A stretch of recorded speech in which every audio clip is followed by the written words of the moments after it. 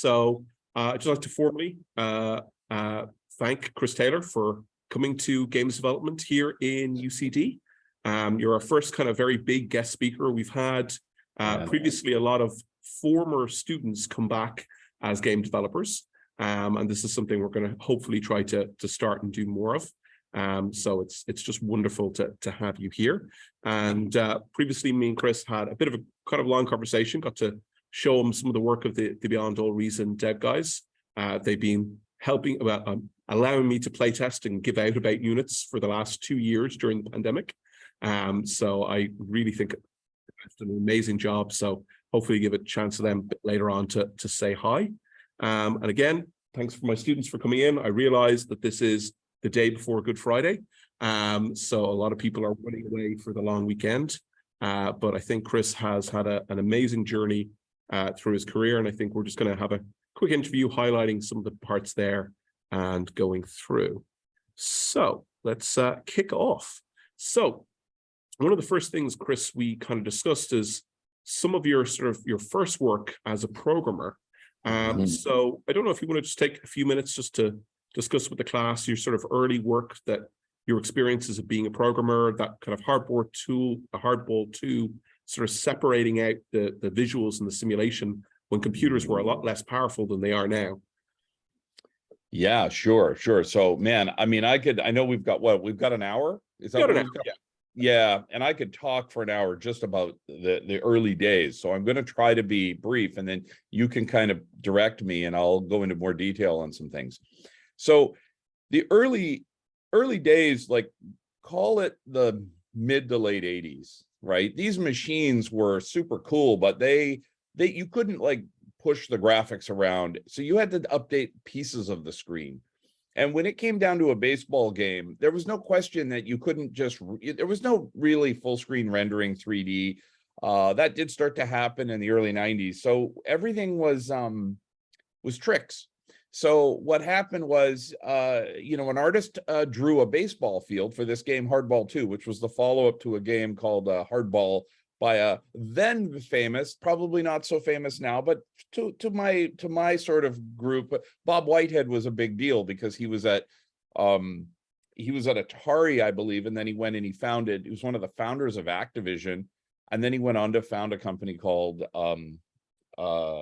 Accolade, where he did this game called Hardball. And I was honored to do it, except that I knew nothing about baseball, and I really wasn't a sports guy at all. Like I really was. So it was a little bit like, okay, I've got this project, I've got to do a good job on it, but I really don't have an inspiration that comes from a love of the sport, which I highly recommend anyone who works on any project find something about it that inspires them. But regardless, I rolled up my sleeves.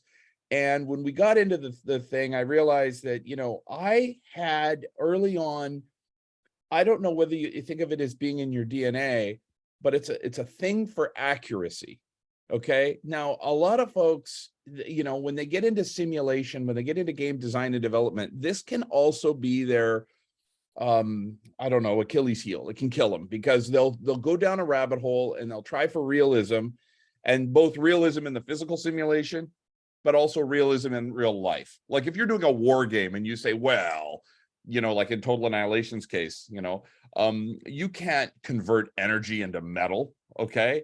Like that's impossible, right? Like you can't convert, I mean, you'd need the power of a sun to make, small amounts. So you have to be able to do that. But when early on, I had enough sensibility, I guess you could call it, that when I did Hardball 2, I knew that if we had a 3D underlying mathematical model of the field, and we knew we had a 90-degree angle on the field, so at least we had that much, but the artist took liberty when they drew the bitmap outer field. And so what happened was, by building a 3D model of the field, and then reverse projecting the artist's embellishments of the back wall, which, by the way, if you took that back walls and you reversed the projection and you laid it down onto a piece of paper, like a baseball diamond, a top-down view of a baseball field, I mean, the fence would look crazy. no baseball fan would agree with that at all. But because it was visually correct in 2D, and when the ball traveled out into the field, it would bounce off the 3D model, okay, the geometric representation in the computer, the ball would bounce exactly to the pixel off of the back wall. And that back wall, if you're a baseball player, which I'm assuming none of us probably are, I mean, it's not popular in Europe at all, the ball goes over the back fence, that's a home run. It bounces into the infield, gets picked up, maybe you get a double or a triple. That is the difference between winning and losing the baseball game. So of course, if your ball travels out into the field, and let's say the fence is here, okay, I don't know how I can illustrate this, and the ball goes above the fence and bounces in, that's bad, right? You were robbed of a home run. Now let's say the other case happens. The ball goes below the fence and pushes through it. Visually, just goes right through the fence. And now you're on the other team and you're like, well, that's bullshit. That guy didn't get a home run, right? Like, you know, this is so important. And that's where I started this whole thing where I said, every pixel matters. Like every pixel on the screen matters. Now, the truth is that every pixel didn't matter to a lot of people. And you knew this when you played games and stuff was kind of sloppy and just didn't, and you were like, I don't know if I like this. But for me personally, every pixel mattered early on, and that carried through. And the mathematical, and I think the part that's kind of interesting about the story is, what I learned on Hardball 2, I carried through my game development career. So when I would be sitting there talking to Ron Gilbert about Total Annihilation, and I said, you know, the tank turrets should move fluidly, obviously, because they're rendered in 3D. The turret should elevate to the exact elevation, because why not? And when the gun fires, there would be recoil. And I remember this conversation. I would use my hands, just what I'm doing right now, but I was 29. And I said, you know, you've got the turret should recoil just like a tank, and there should be a muzzle flash, and the projectile should not emerge down here and sort of traverse conflict Z-fight or whatever with the barrel. It should appear at the muzzle of the gun, which meant when you did the mathematics for the firing trajectory of the gun, and you plug that into the arc, you know, the formula for a projectile firing from an elevation to another elevation, you're using the 3D coordinate of the tip of the gun. You're not using any old random center coordinate for the tank. You're using exact mathematics. And this is kind of intellectually kind of hard or something, but it's not mathematically hard. Once you've built a formula, take an XYZ coordinate and say, we're going to fire on an XYZ coordinate, because you know the location of the unit that you're firing on, you're plugging this into a formula. You might as well use the real numbers. You might as well use the proper math. So in a sense, you can see a direct correlation between Hardball 2's bat contact, hitting the ball and going out into the field, to a projectile of a tank. Who could have ever, if you had stopped me on my way home after I got the job and you said to me, Chris, I got to tell you something, like you're a force from another dimension, and you're going to say, do you realize what's happening right now? I would never have believed it, because it was perfect. Baseball was the perfect game for me to do. And I didn't know it at the time. And I was just kind of cursing under my breath a little bit, like, all right, well, I got a job as a game developer, just too bad it's baseball. Anyways, man, I can talk a storm. So I hope there was some nuggets of. That's exactly it. I had one of my that was interesting in that. Students, his first VR job was bowling. So the first Oculus game, it's Kevin Santiago, one of my former students. He ended up just doing bowling calculations for VR as his first game out the door. But yeah, but it's you get into the industry wherever way you can get in. Yeah, when you think about a projectile as just a concept, and the collisions of projectiles, you realize like that just opens the door to a whole world. Like if you're doing billiards, right, you have a ball with a velocity. If you're doing bowling, you have a ball, you have contact. The math actually to compute the direction is actually pretty complicated. Thinking like you'd think it would just be trivial to compute a billiard ball But you not only have contact and the resultant two vectors that the two bodies take. You also have spin, and I'm sure the bowling calculations are trivial if you don't take the spin into account of the bowling ball. But as soon as you take the spin into account, now you have all kinds of things. And if you don't get it right, people don't want to play the game, especially bowlers aren't going to want to play the game, right? They're going to say, this is ridiculous. This is so trivial. But one of the complicated things that I kind of just alluded to a moment ago, 5 minutes ago, was the fact that you have to know where to draw the line on realism. If you look at super popular games that we all have played and love, like StarCraft or League of Legends or what have you, right? I mean, they're sort of more, they have this more abstract, cartoony sort of representation of combat, right? Where there's a lot of area of effect weapons. I was always a little bit curious, or I don't know, what's the word? Not curious. I was always a little bit like, every time a unit fires, it fires and hits with 100% accuracy on its opponent if it's being targeted. Like that always like made me go, that's not how it is in real life.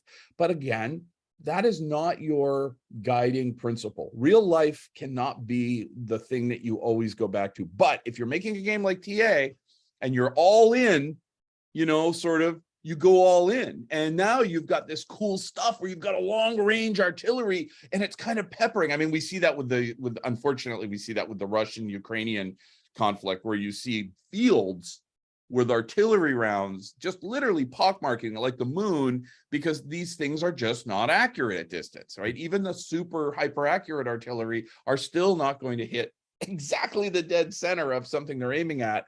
They're getting better and better all the time, which is both a good and bad thing, by the way.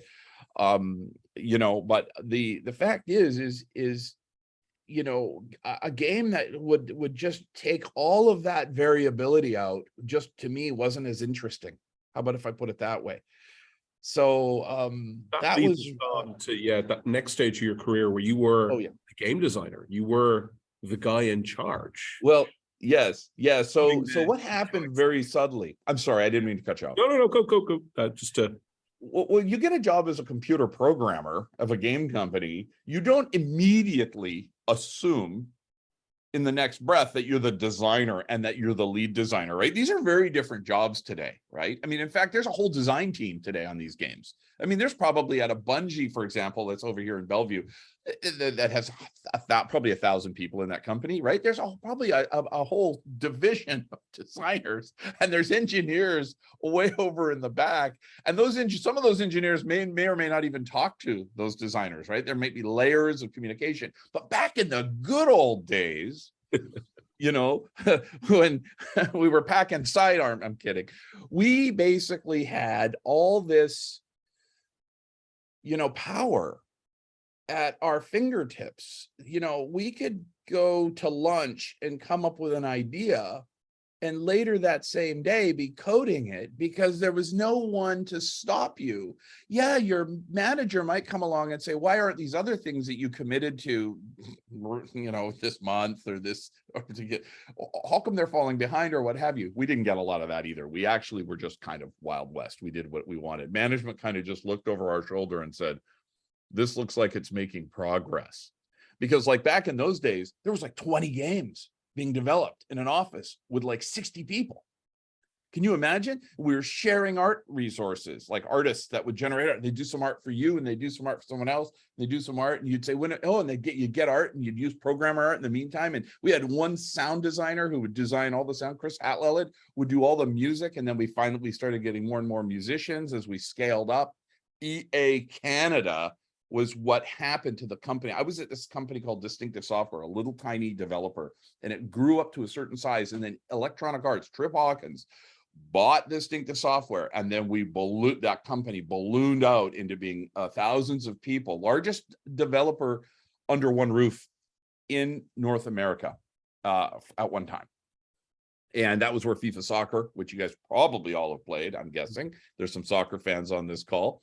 That's where FIFA Soccer was developed. And Jan Tien and Joey Della Savia and Bruce McMillan and Mark Obenall, all working on this FIFA Soccer game, a couple of cubicles over from me, was, you know, a massive production compared to when I started on Hardball 2, even Triple Play, which was done after FIFA Soccer, because it was a sort of a simpler endeavor, but still a pretty good sized team. But anyway, I'm getting way off topic here. The early days, the lead programmer and the lead designer was in the same head, which in that case was my head, which meant that, you know, you could make design decisions and then come in on the weekend or do whatever, and you could write a POC, a proof of concept, or work on that idea without getting express permission, without papering it up into a request and submitting it to some sort of design, group. So that was cool, right? I mean, that was fun. I mean, you guys are recapturing a lot of that. See, that's what I kind of like about the indie industry, right? Is that, and that's what I like about what I'm doing. I'm very part-time, very, very fractured in my time on my project, Intergalactic Space Empire. But indies capture that back, that 80s, early 80s, late 80s, maybe possibly early 90s vibe, which, I mean, when you're making a game with 1,000 people, like a Bungie title, you know, that's really kind of a world of game development that I personally don't enjoy. Like, I'm sorry, it's maybe I'm too egocentric or old fashioned or whatever. I want to see the work I do really impact the experience with more meaning, not just be cast of thousands, you know, in the process, where you're like, whether you got fired halfway through or whether you started or whatever you did, it didn't matter to the outcome of the game. Like, you had no meaningful impact on the game, right? That's kind of turning it into a bit of a factory thing, which you know, the industry did that. It went in that direction where things just got bigger and bigger and bigger and bigger and bigger and out of control and kind of crazy in that sense. And these games cost hundreds of millions of dollars to make. And then we have this other thing, that the indie, which is kind of holding on to the good old days. And by the way, if you asked anyone who has all the passion, I think you're pretty much going to get the same answer from, the majority of the people are going to say it's in the indie side. It's not in the where people go to work and they're worried about their annual review and how much money they're making and blah blah blah. Kind of turned it into like they were working in any other big industry, any other big computer industry, right? Like, it's people leave those jobs because they want to go work in the indie and they'll take a pay cut because they want to be close to the what they're creating, the art. They're getting away from the objective and they're moving to the subjective, which is, I think, I should probably paper something like do a blog or something on objective versus subjective. Like Enterprise Cloud that I work in most of the time now is very objective. You either build something and it works or it doesn't. But in video games, it's very subjective. You could build it and it could be perfect technically and fail because because the subjective component of that experience it's art, and people don't like that art. You either like a piece of art or you don't, or maybe you're in the middle.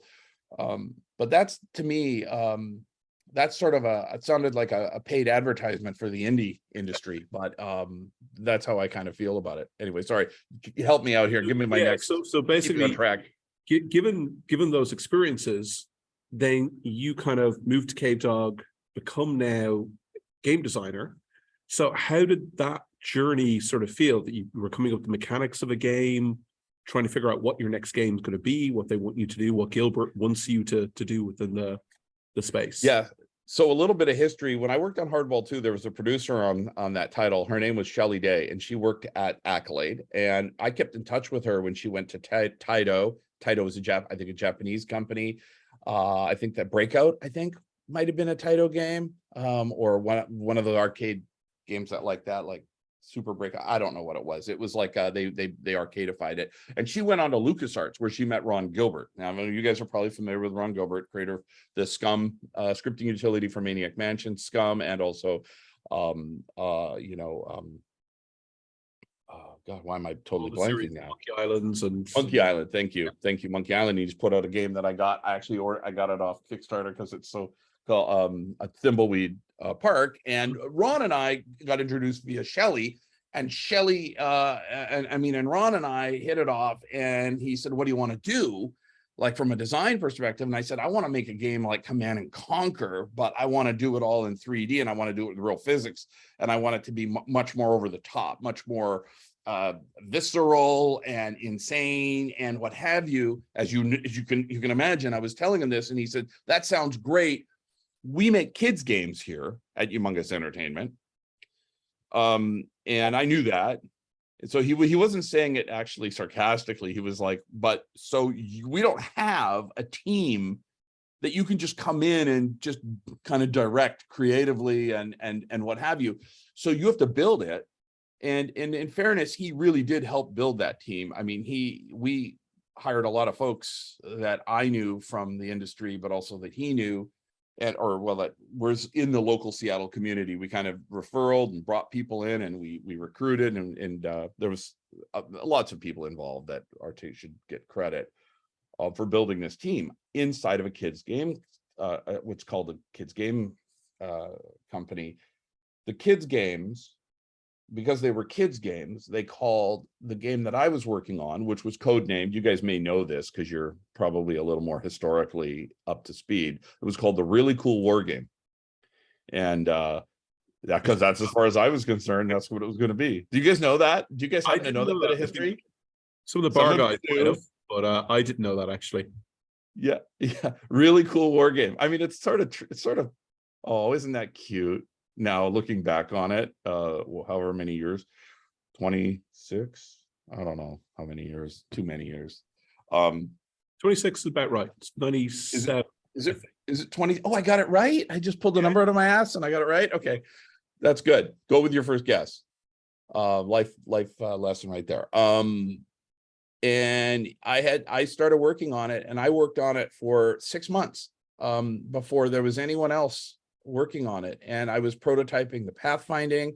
I was learning A-star pathfinding, implemented a really primitive version of it before Jeff Petkow rewrote it. I built the terrain using a simple height mesh. Then I prototyped a box, a rectangle that I was able to define without a 3D program. I just literally punched in the coordinates of a rectangle box that looked like a box of cookies, but it was moving over the terrain. I remember clicking, and the A-star, would give this thing a path, and I wasn't doing any height, with A-star, you're supposed to put in values that represent steepness so that it would go around a steep thing and do that, but it didn't. It would just climb over the top of a mountain.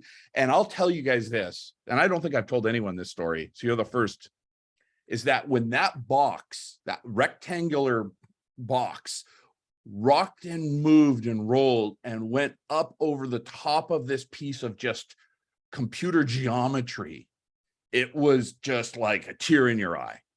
You're just like, wait until that is a tank.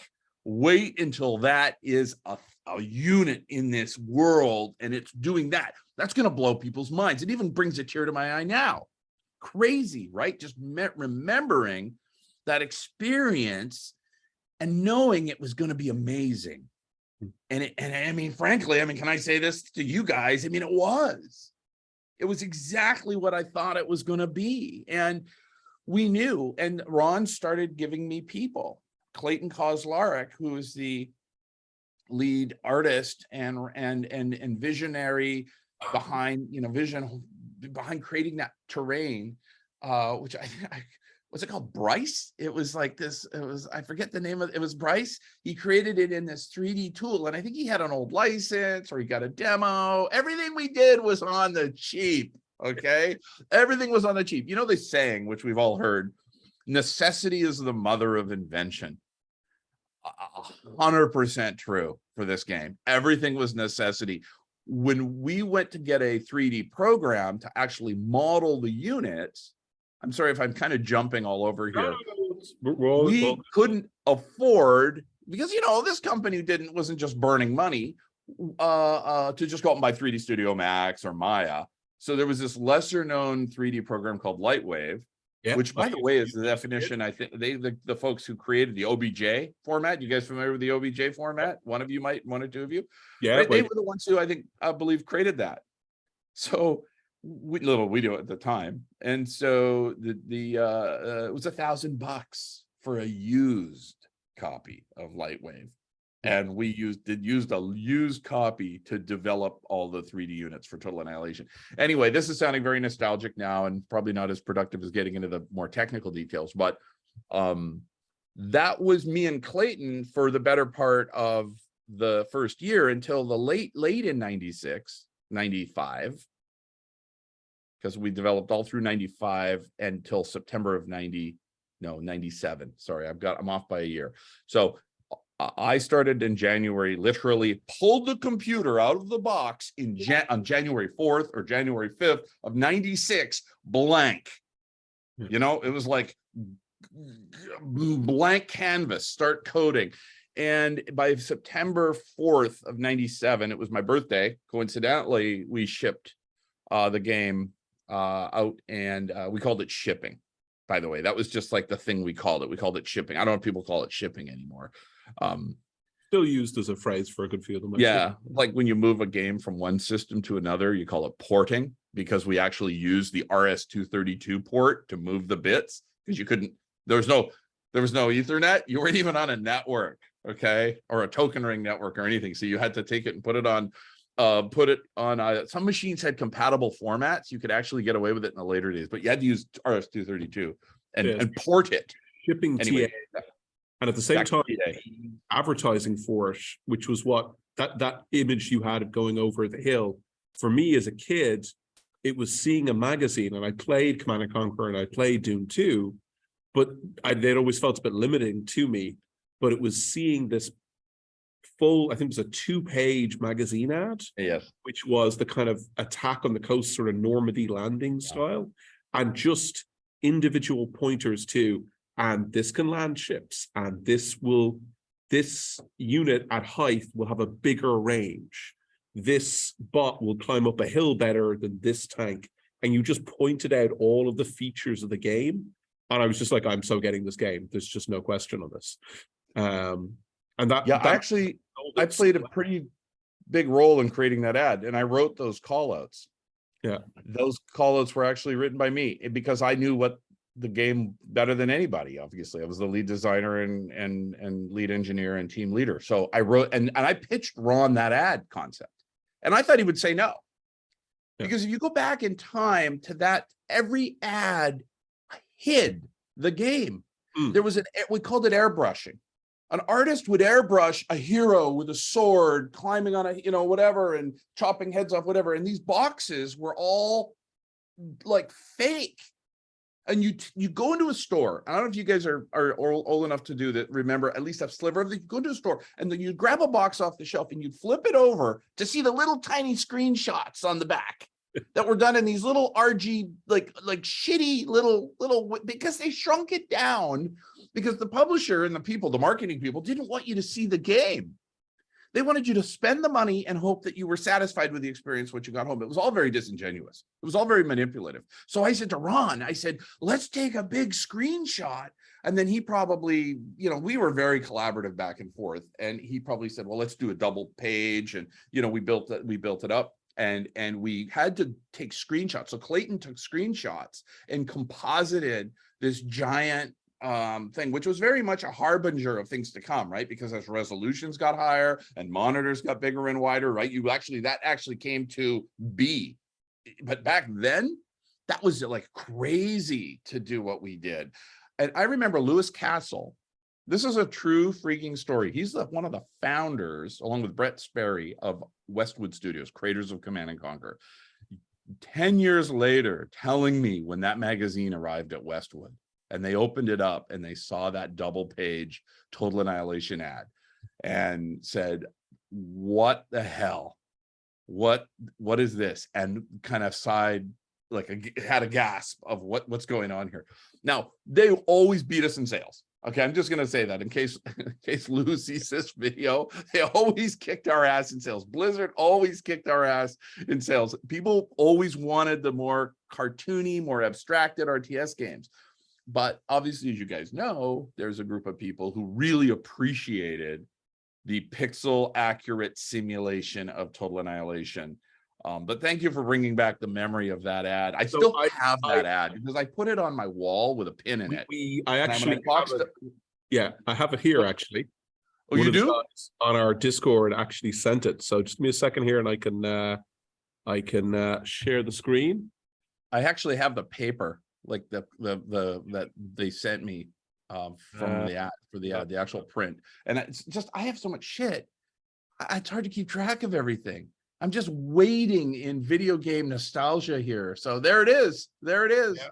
So so we won't, I can't show it to the here. So everybody online is seeing this, but my class isn't. So we'll go over thing. But again, launching an air invasion, controlling the high ground, taking out the radar, true 3D terrain. This was just, I remember as a kid just going like, this is it. High altitude bombers, air raids, 3D paths, everything going over, bombarding from the sea. You even have, I think that's a nuke being destroyed by a Pee-wee there, and everything going in. So I'm going to stop that share there. So we go back to seeing you there. Yeah, man, we could spend an hour just talking about that ad. I mean, this is kind of freaking me out a little bit. I want to keep kind of moving on to just general for the games development class. That idea of mechanics that you kind of came up with for TA, you kind of told me a story a little bit about one issue you had with Command and Conquer was when units would just be bought and just come out from magic. Well, the TA mechanic of metal and power there and energy kind of coming in. Yeah, so one of the themes, obviously, of what we're talking about today is when you use reality and when you don't. And I was heavy on the reality side, and sadly, I still am, because I think that it's always kind of made things harder to do. But when we go to a movie and we see the Hollywood clip, we don't mind if they swap the clip out in the middle of the scene, snap another clip in there. You know what I mean? Like, you can have some continuity in an experience, and it doesn't destroy the art. But with the metal energy economy, we could talk about that economy model, because I was a little bugged that what would happen in Command and Conquer was you had the Tiberium deposits and they didn't replenish, they didn't grow back. Like, that would have been interesting if there was a geometric algorithm that said that, and they're crystals, so that's not really even viable. But what would happen is you deplete everything. And then if it was a balanced map, you'd throw everything at each other and it would sort of deplete the resources down. And then I used to joke at, like, sort of at lunch, you know, having a burrito, I'd say it's like the end of the game, the big climax of Command and Conquer was two guys fighting with a knife. Come on, let's do this. And you're like, wait a minute, we had an army of tanks 10 minutes ago and they're all eliminated. They all got reduced. And now there's just I'm selling my walls. Remember that? You sell your walls, get a little cash back. It's like you were rich and you're pawning shit off to fight the last gasp of a war. It didn't work for me. I know that studying World War II exhaustively, they didn't really run out of resources. They did, but they ran out of the money, they ran out of the people, they ran out of a lot of things to protect those sites. I mean, if you have an iron mine and it's being bombed every day, right? That doesn't do you. So there was a this is really important. There was a geo relationship to your resources, which meant that if you captured more territory, like Hitler at one point was moving tanks down to capture oil fields in North Africa, I think he was doing something like this. And then the Russians came in and he said, no, oh my God, okay, tanks. And then he was doing a lot of this, you know, like situations that happened at the Battle of Midway with the Japanese. If you guys know the Pacific War, like, they changed their minds about what they were doing and it would screw them. right? You cannot, create a plan and stick to it. These guys never got that memo. So they would change, they would get, move over here, move over there. You guys have all been in a game of Total Annihilation or even Supreme Commander where you keep changing your mind and you die, right? You cannot keep changing your mind. Sometimes you get lucky and you're like, but that was something that I wanted to bring to the game experience, where if you took terrain, you got resources from terrain. That's why the metal deposits were out there. That was why that was such an important thing, and that they were continuous. Once you seized that control of that, but when the enemy can come along and bomb it, right, and take it out. So you needed to have metal, you needed to have resource deposits that you could protect. So you couldn't just scout out into the world and then just do a kind of a land grab and go, ha ha ha, now I'm going to sit back and build all this stuff. No, you had to protect them. And the enemy could go after your economy. This was a really important thing in war. You can go after their military or you can go after their economy. And frankly, if you want to win a war today, I still pretty strongly that you got to go after the economy, but sometimes you can't, as we're seeing. So you have to go after the war machine that they put together. So it's hard to talk about war and not think about real life war, which I talk about on one of my blog posts, on my last blog post on Kanugi, because it's I'm learning a lot about war. That it was easier to learn about war and bring the design lessons into a game when the war was kind of in the rearview mirror more. But when war is like happening around us in the world, it's a little harder for me at my age, but I'm trying to intellectually navigate that. But that was the resource model, and people didn't know. They were like, is this gonna work? And I have to admit, like, secretly I was like, this feels good and it played well. I hope it flies. I hope it works out. And I guess you could say it did. We did it again in Supreme Commander. And by the way, I mean, you guys know the economy in terms of tuning and balancing that economy. I mean, that's hard, right? I mean, I hear all kinds of stories like, we get all these computers, we bring them over to my friend's house, we network them all together, and we'd start a game on Saturday and we'd finish on Sunday night. Yeah. Like, okay, so maybe the tuning and balancing wasn't right, but they always said they had a lot of fun. And they were some of the greatest memories of their life. Some people got divorced over the game. One guy told me he wouldn't stop playing the theme song. Maybe it was Dungeon Siege. And his wife said to him, if you don't stop playing that, I'm leaving you.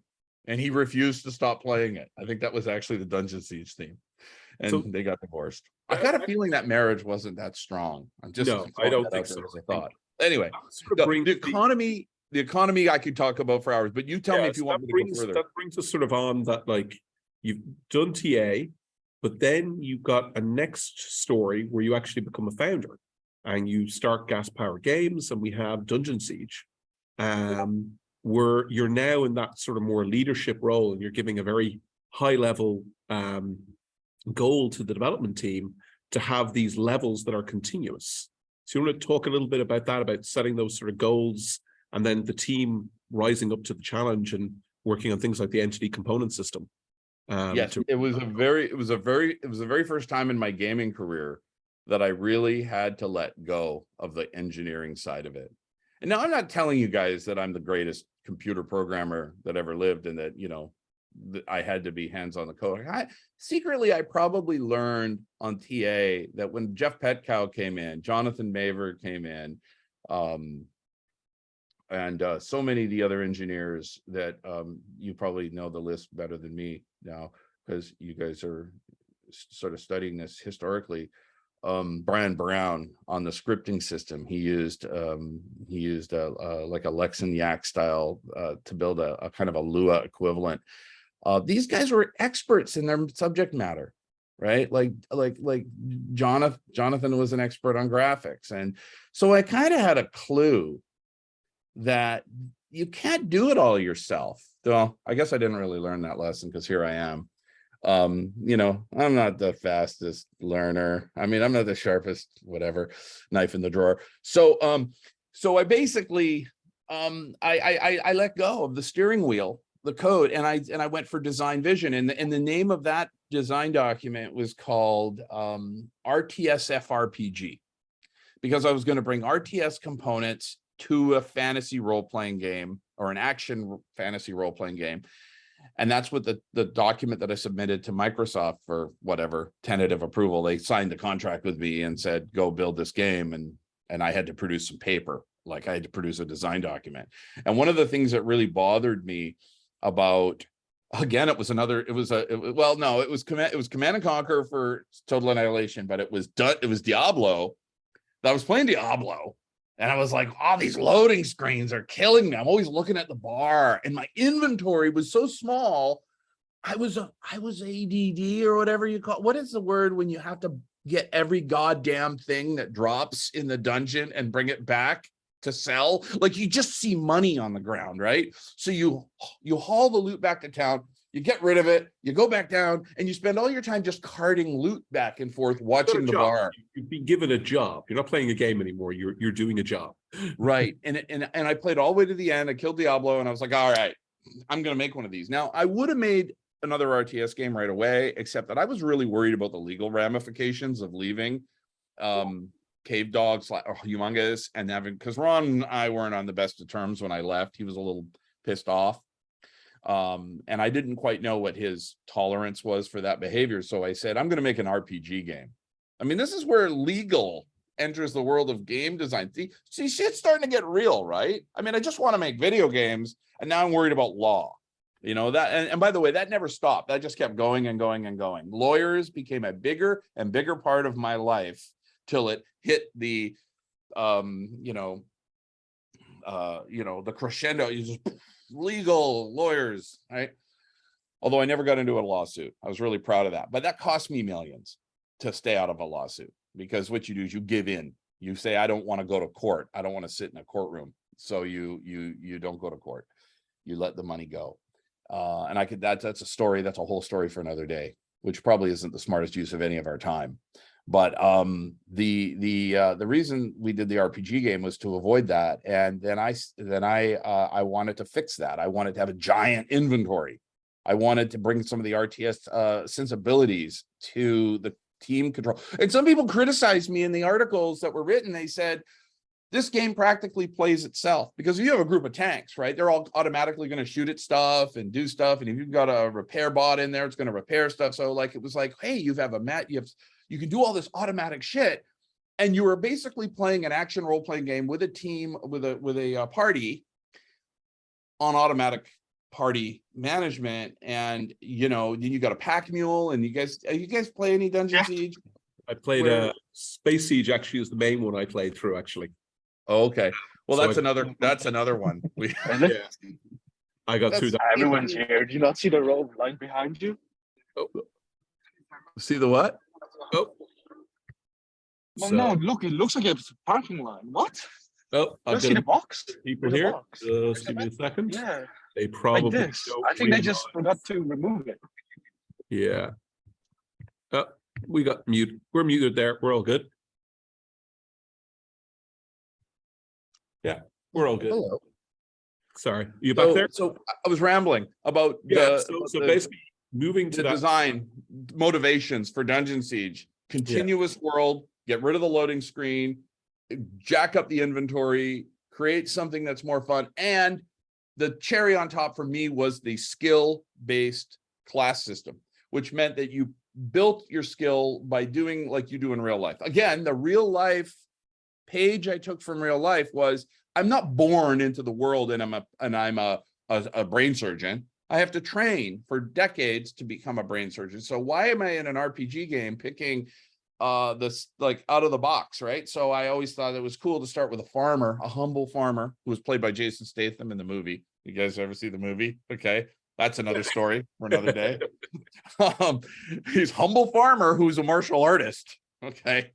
Okay. So anyway, those were the design motivations. And then I had to let this engineering team build it, which was really hard to do because they made their own decisions about what they were going to do. And they were a bunch of very smart people, but they had to find their way through the labyrinth of figuring out how to build this game. And I'm sure many of them would cuss me out if they said, Taylor, if you just had not said the words continuous world, If you had just not said that, we could have delivered the game a year sooner and had profit. But I had to get rid of those loading screens. And I don't know if that mattered at the end, to be honest with you, but hey, you the know, influence of like the entity component model and now it's the entity component. So, I mean, that's influenced so much of games development now in the decades previous that like you did start a spark that then got taken in. In fact, it's taught in computer science schools. I mean, this is something that got built in, that got presented at SIGGRAPH, that built up. So it's amazing to see it got spawned from maybe a crazy demand, but a demand no less of like, no, the game needs this.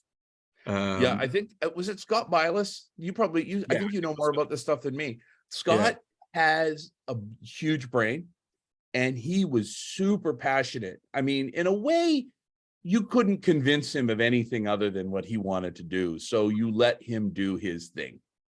And he built stuff. I mean, my brain is so full of stuff.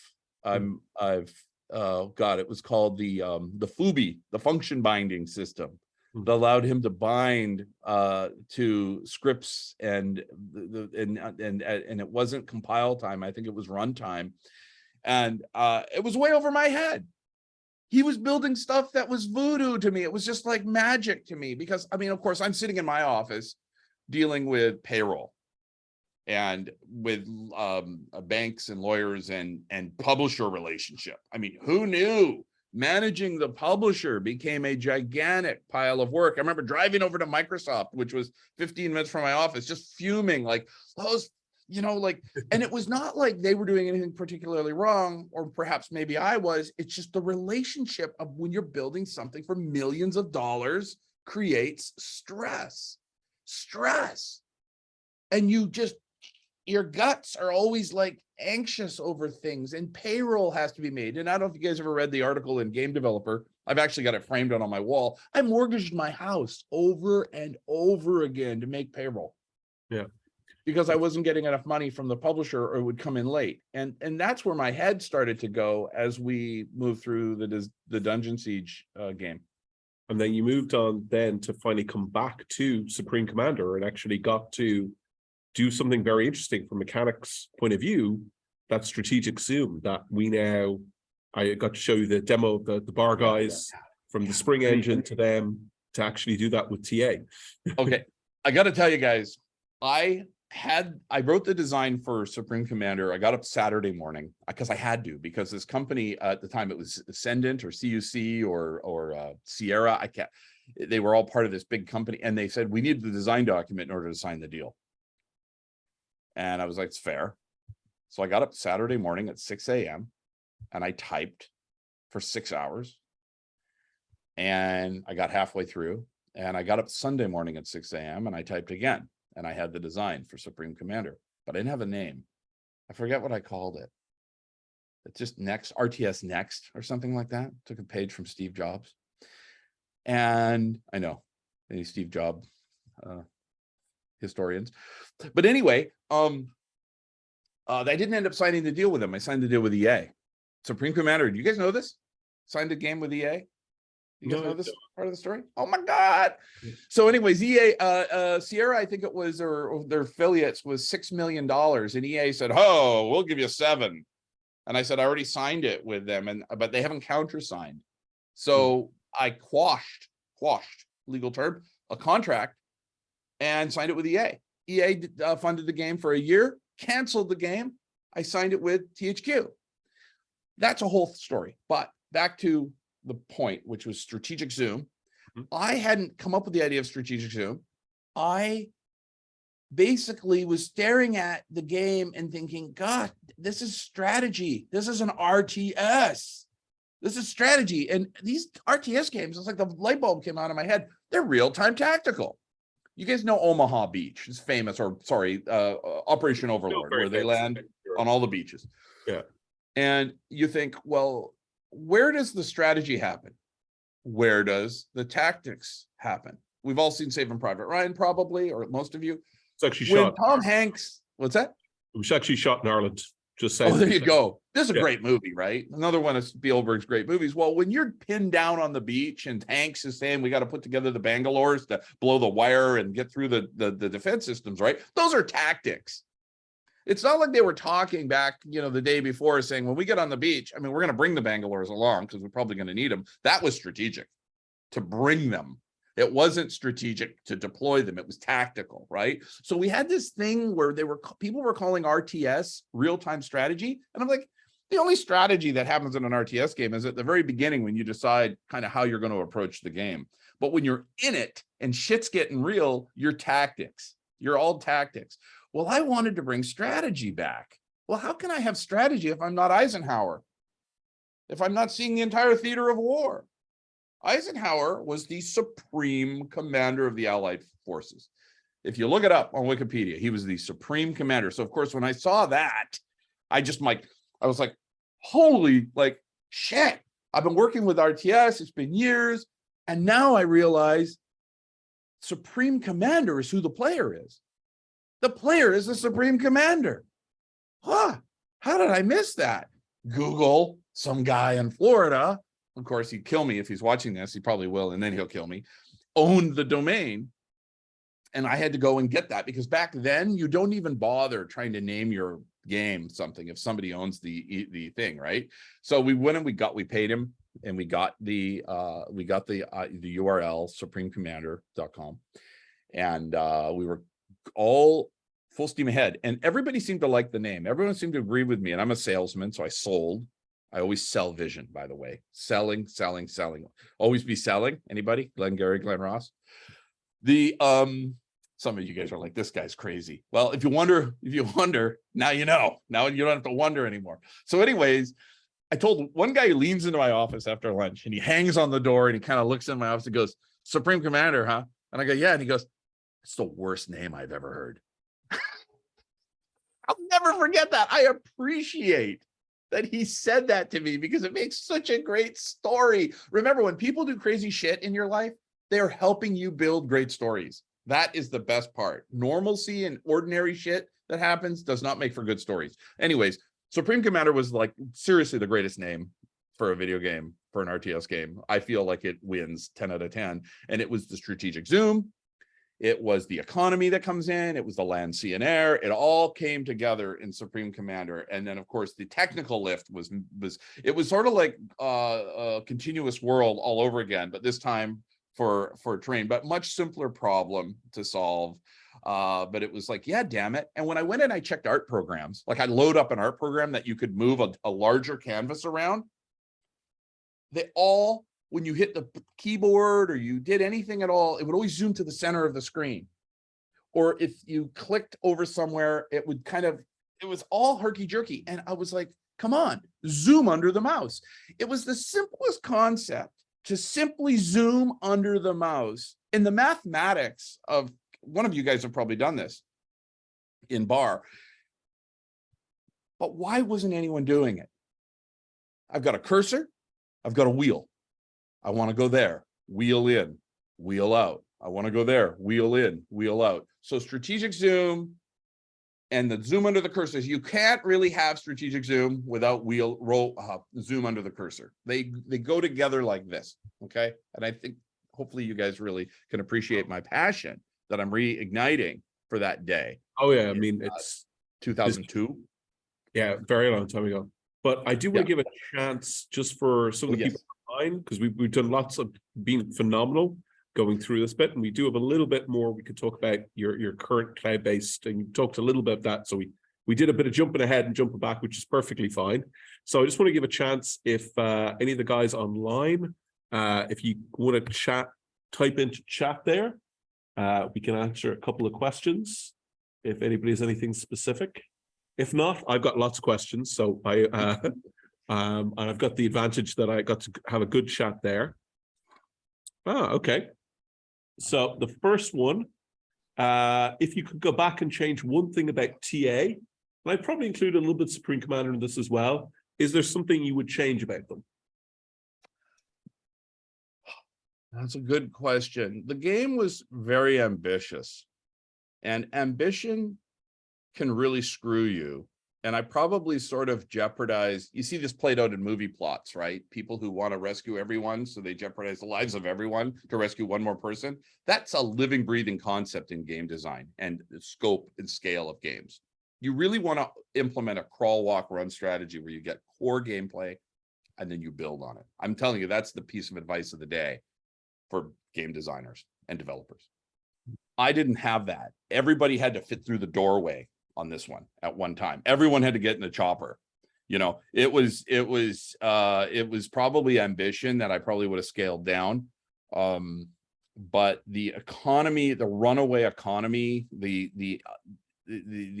didn't put the thought into what happens if you, the nukes were sort of a way to be game enders, as we called them, you know. But as you know, I had to put in anti-nukes. And I had to make the anti-nukes a lot cheaper. Jake McMahon tuned it, and I was directing him on that particular issue of tuning because I knew that I would be infuriated if someone nuked my base, but I would be less infuriated if I didn't build anti-nukes. So the attitude was like, well, I was complacent, right? So I'd probably revisit the economy in a much more serious way if I could go back. Okay. That was probably too many words for that. No, Tyvion, the guy who's responsible for the servers and connecting all the bar stuff. He says there's a bar tourney this weekend. They'd love to see you join and play the game and join in. So I don't know if that would be an option. That's got to happen at some point here. Timing wise, it's always a question, but let's work on something where we get to play together, or maybe you guys can send me the info and I can watch. Hey, I just bought this rig because everybody's got one, all the cool kids have got one, I just don't have the microphone yet. It's coming on Friday, right? Is it the same one? I definitely think the bar guys would love you to come on a tourney and just watch and commentate. I think I'm speaking for them, but I'm definitely sure all of them would be so excited to have you that for. Well, let's figure it out. Let's see if we can figure it out. I'll connect you up with the guys. I've got your email, so I'll connect them all together, so you can talk to them directly. Use this. It's very. I feel like an imposter. Like, imposter syndrome. Oh yeah. Like I'm not real. This isn't real shit. Anyway, okay. Next question. So let's see. I'm trying to figure this one out. Yeah, I have a funny feeling that's not. I think I'll ask this as a more general question. In doing the maps for like TA and Supreme Commander, was that something you got involved in, of just trying to play test them and see how they worked? Because a lot of those old TA maps have they've been translated by the bar team all the way up to now. Nathan Doster did all of the you're talking TA, right? So yeah. He did a ton of maps. There was a bunch of folks, and I'm gonna just get in so much trouble. You guys will find this if you start rattling off thanks, you're gonna miss someone. So you get almost in more trouble than you do by trying, unless you get 100%. But anyway, there was a lot of talented people. I generally did not get too deep into the map creation process. Okay, both on TA and on Supreme Commander. It's time consuming and it's noodly, and you play test and you have to take feedback and modify it. So honestly, if there's anything you guys really loved about map design, I don't get a whole lot of credit. Which, hey, I get enough credit. I get more than my fair share of credit, so I don't need more credit. But Nathan did a lot of work. Obviously, there was other people. Yeah. And that's Seaton's clutch, I believe, not Senton's clutch, but that's probably just a quick typo. Hey, I actually remember. Next question. This again, was TA using just A star, or was it kind of using a hierarchical A star? Or do you remember? This is the more random. It was not using hierarchical, if I recall. It was using, I think, what we call double A star. You guys familiar with double A star? Anybody? Not too familiar. Whoa, double A star. So when you imagine the map is my screen, and if I start filling from here, I fill all the way out to the edges, and then it comes all the way back to here, right? That's single A star. If I do double A star, I start filling at both, and when they touch, I cut down the amount of traversal by at least 50%. Hmm. So AA star was what Jeff ended up implementing, I believe. And then of course that went through many advancements in Supreme Commander to where we get to flow field, which you guys are probably really familiar with the flow field stuff. So yeah, so actually I view talking about flow field as a little video in the list of pathfinding things there, because you did a little ad for flow field. So it's nice just to use the example going through. And that's a good video example.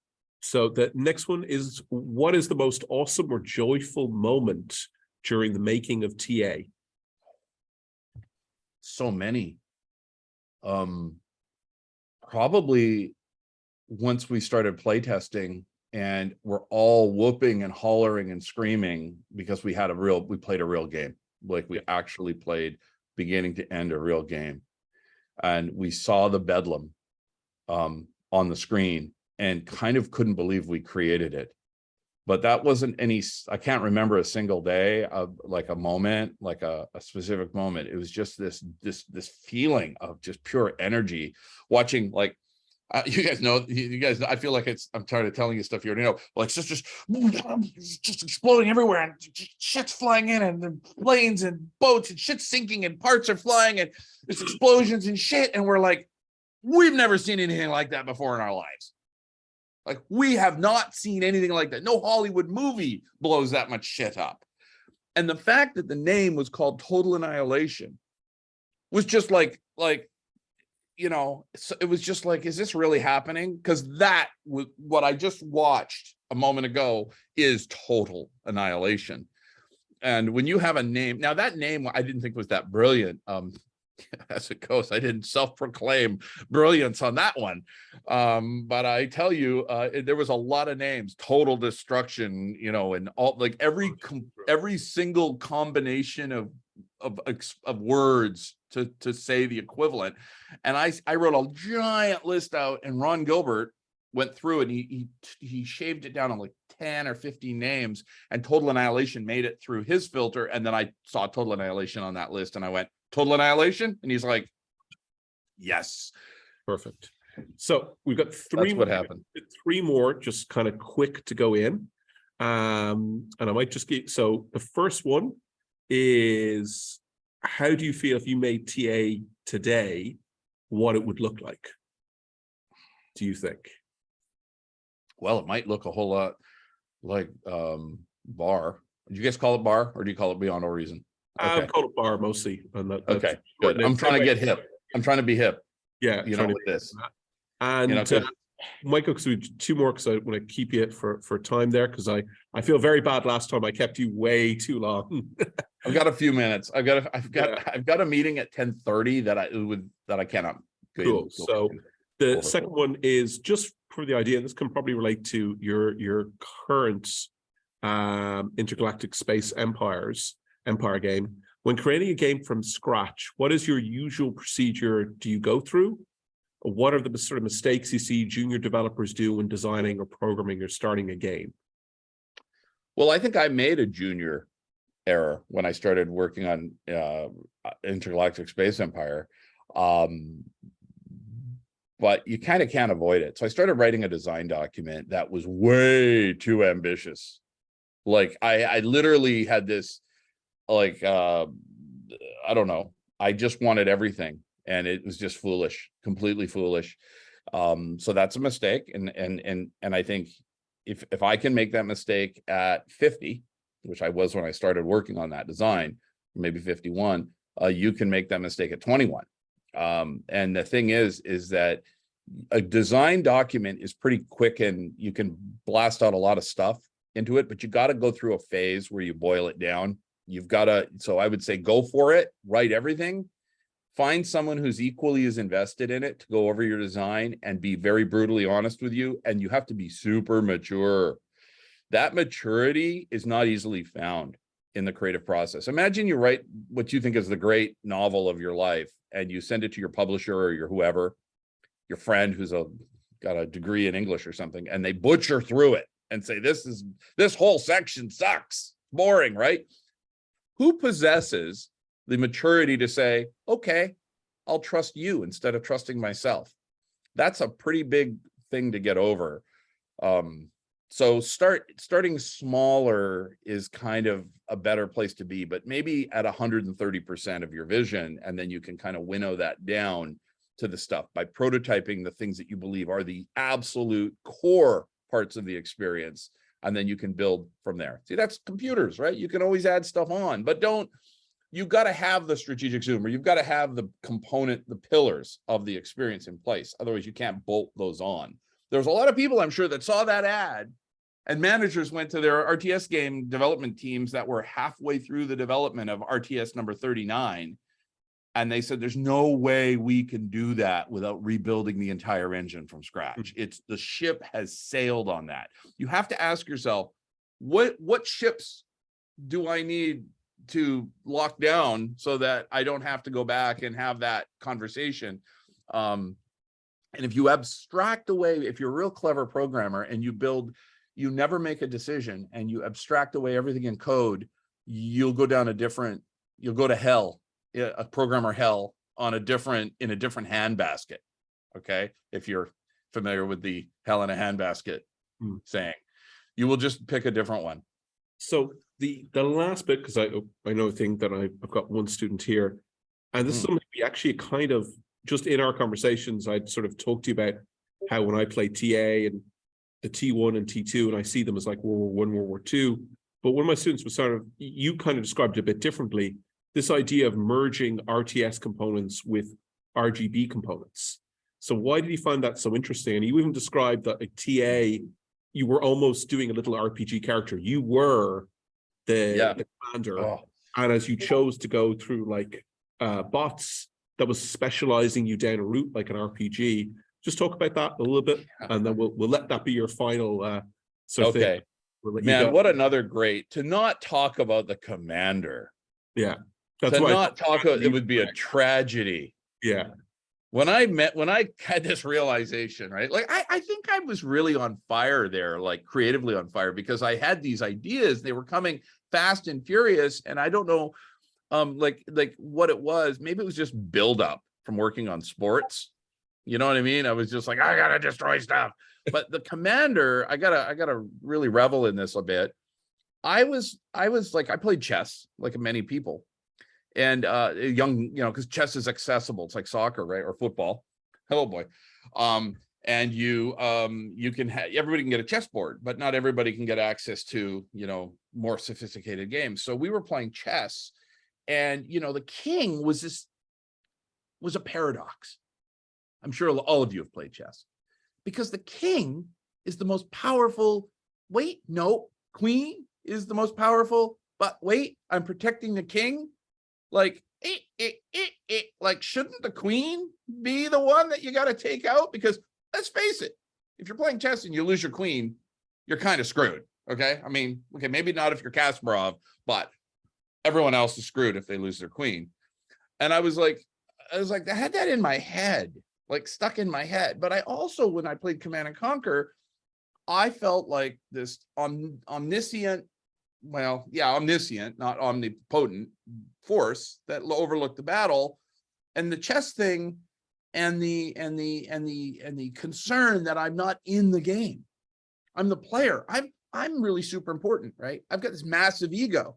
I want to be in the game. So commander was just like, yeah. And the commander is going to be like your king in chess. But that's useless, because the king is useless really in chess. I mean, kind of, right? I mean, I don't want to get into a debate, but the queen is where it's at. So what if I stuck the queen and the king together into one unit? So the king is back in his base. It's you're feeling it, yeah. But hey, don't piss me off, because if I come out, I'm going to blast the shit out of everybody who basically fucks with me. There, we did it. One. Yeah. And that really worked. And the D gun was ridiculous. So it's like, if you got close to the commander, you were done. And like in a movie, the bad guy, right, could just take anybody out except for the hero came along. That's exception. But the fact is, you got close and you were dead.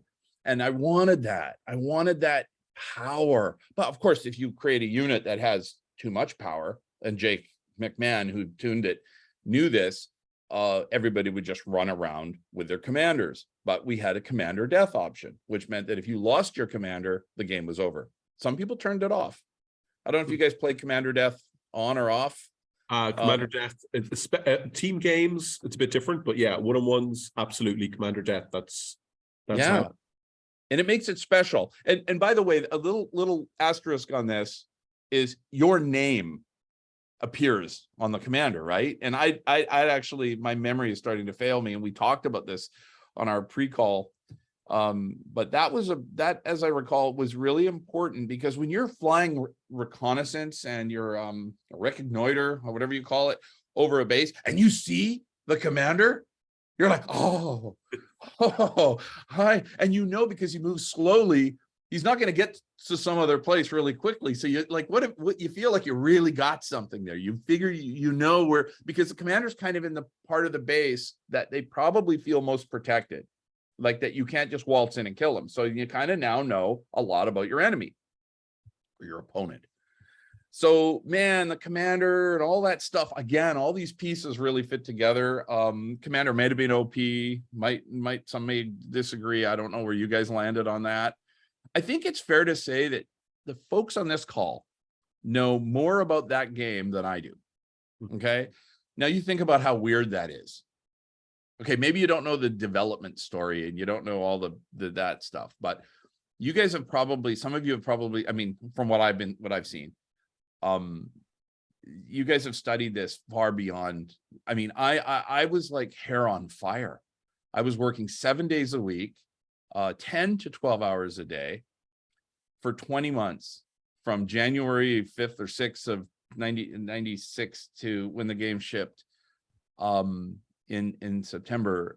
It was like, you kind of, the old saying, stop and smell the roses. Well, the roses were going by at 1,000 miles per hour. You couldn't smell anything. You smell sizzling flesh at that speed. It's almost like a tragedy of success, because once you get something that's really going well, it's like, it's really hard to take it in. I'm taking it in more today, talking to you guys on this call in 2023 than I was able to in 1997. How ironic or bizarre is that? Hope is that we're giving you something back for that.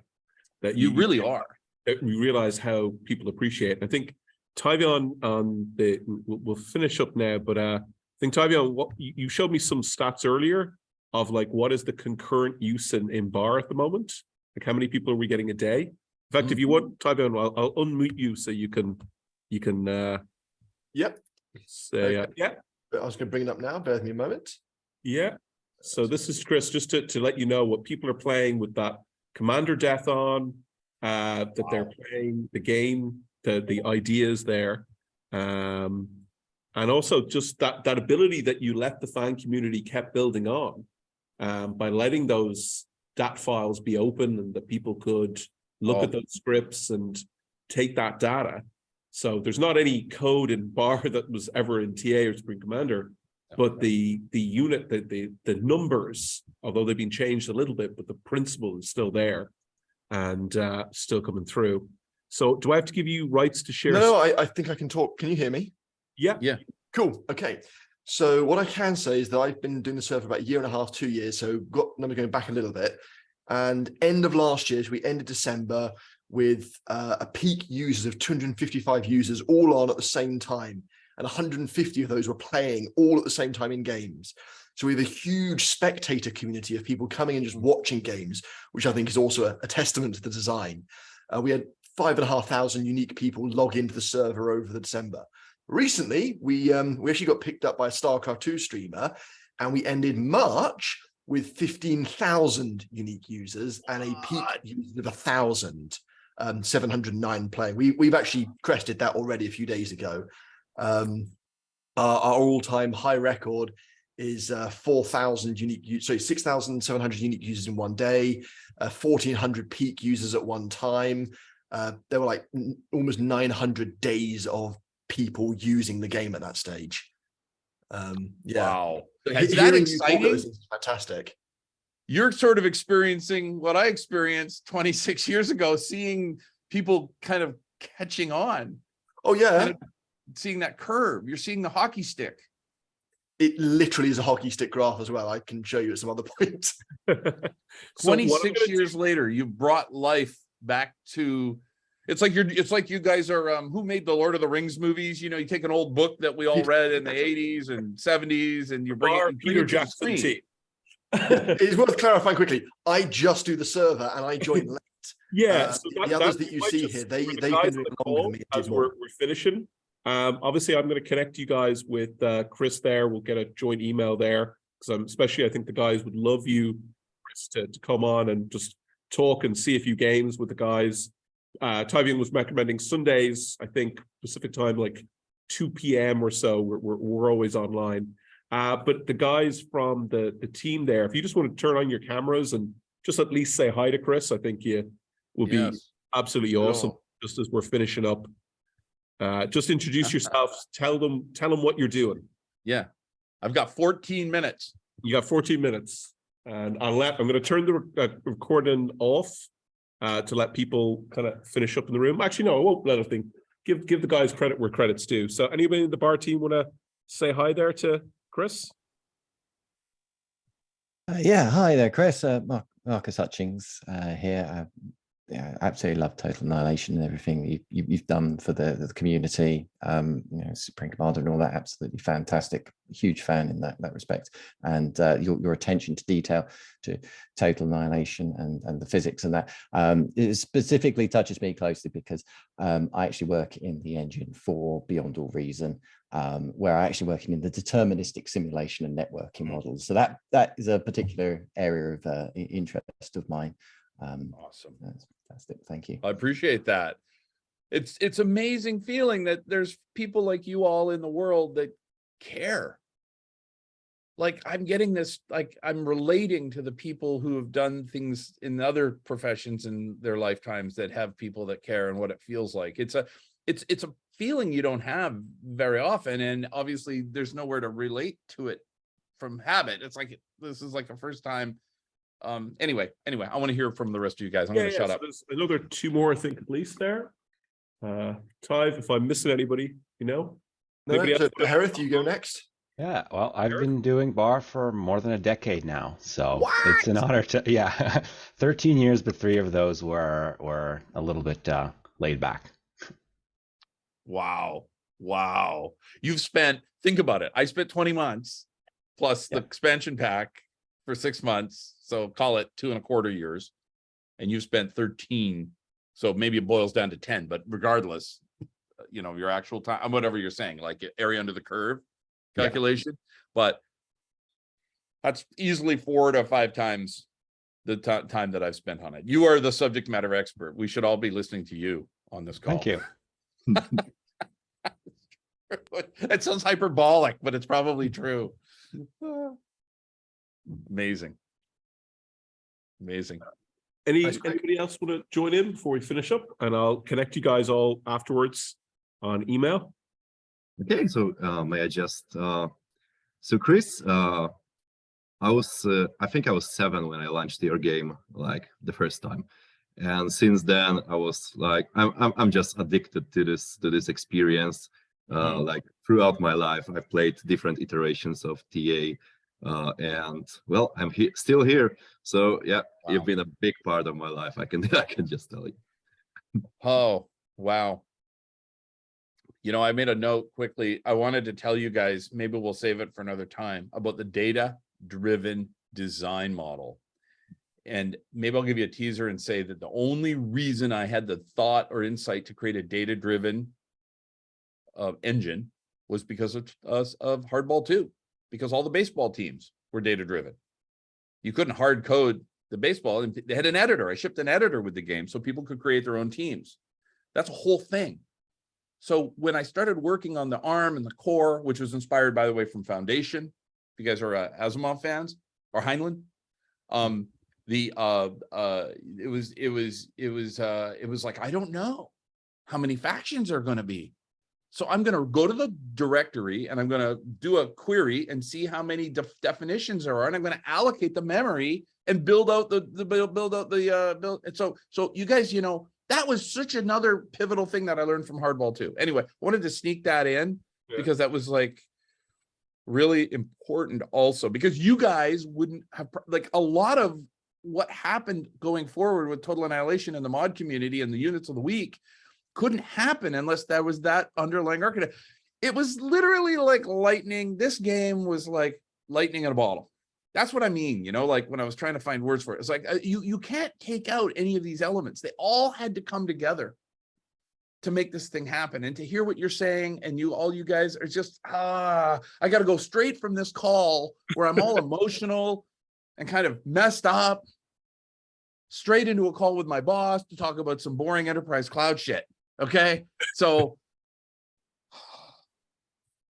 we will let you go, and just thank you so much. It's been great to hear from you and the stories. And I think it's very inspiring for games program class, because for us, we're doing games development. We're a computer science school. So this is the only chance the students really get to be a bit creative. So we're just really honored by being part here. And I'm also honored by the bar guys. You kept me sane as well during a pandemic, and let me play test with you guys and take actually my feedback and my friends' feedback, which was amazing. And just, it's been great, Chris. And what I'm gonna do is connect you up, because I really feel the bar guys, they would just love you just to be at a couple of just talking a few things, just get to see a game, commentate. They would love it. And I think you'd enjoy it too, I have a feeling as well. But we'll give you a bit more time to decompress after as well. So yeah, I'll come and commentate. I mean, I got this cool microphone coming tomorrow. Yeah. I want to check it out. And one of the things you've inspired me to do, and by the way, I'm the one who's honored. I want to tell you that.